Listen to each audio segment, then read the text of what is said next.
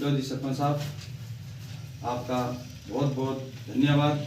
आप लोगों ने हमें यहाँ पर मान सम्मान दिया और हम आपको मान सम्मान दे रहे हैं। तो प्रिय दर्शकों, मैं जैसा कि आपको बताना चाहूँगा, वैसे तो आप लोग परिचित ही हो, मैं धर्मपाल भारती और भारतीय police academy competition line Suratgarh का संचालक और Akashvani cotton city channel Suratgarh का राजस्थानी लोक गायकार आज पहुंचा हूं ग्राम पंचायत ठेठार में। तो ठेठार ग्राम पंचायत के भूतपूर्व सरपंच श्रीमान बेगाराम जी कताला जो मेरे पास में खड़े हैं, मैं यहाँ पर इनका मान सम्मान करने के लिए आया हूँ। जैसे कि मुझे पता चला कि सरपंच साहब पिछले कई दशकों से जनता की सेवा में लगे हुए हैं।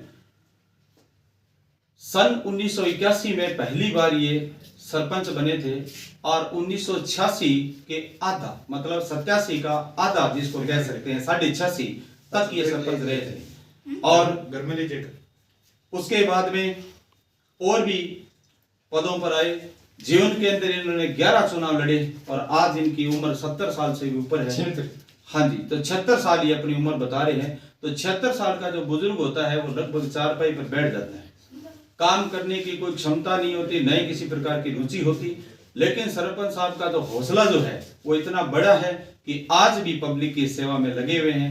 विकास कार्य के अंदर देखा जाए तो ठेठार ग्राम पंचायत के अंदर जो 3 गांव आते हैं, एट्टा भी है और एक अपने जैसा भट्टी भी है और एक ये अपना ठेठार ग्राम पंचायत है। इससे पहले सरदारपुरा खरथा भी था। तो मैं ग्राम पंचायत के लोगों को भी बहुत बहुत धन्यवाद देना चाहता हूँ कि बार बार इनको सेवा का मौका ये दे रहे हैं।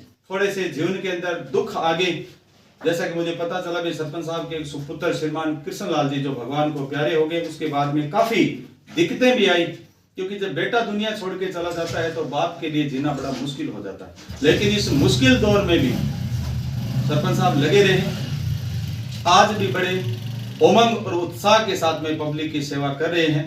और आगे भी जैसा कि मैंने इनसे बात की, मुझे लग रहा है कि सरपंच साहब अभी भी पब्लिक की सेवा जो है वो करेंगे।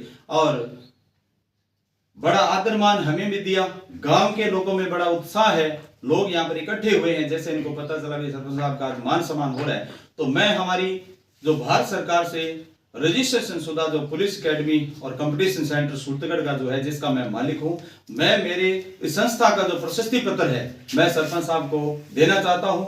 और सरपंच साहब से मैं अनुरोध करूंगा कि हमारा ये छोटा सा पुरस्कार सरपंच साहब आप स्वीकार करेंगे और उसके बाद में आपसे भी थोड़ा संबोधन लेंगे। तो ये भाई प्रशस्ति पत्र हमारी संस्था का हम सरपंच साहब को दे रहे हैं, तो सरपंच साहब इसे स्वीकार करें। और सरपंच साहब आप ये बताओ हाँ जी कि आगे आपका क्या सपना है भी, आप आगे क्या इसी प्रकार से राजनीति से जुड़े रहोगे, पब्लिक की सेवा करते रहोगे, या लास्ट ये है इसके बाद भी आगे अपने कुछ नहीं करेंगे साहब? आपने तो साहब लास्ट ही चांस है।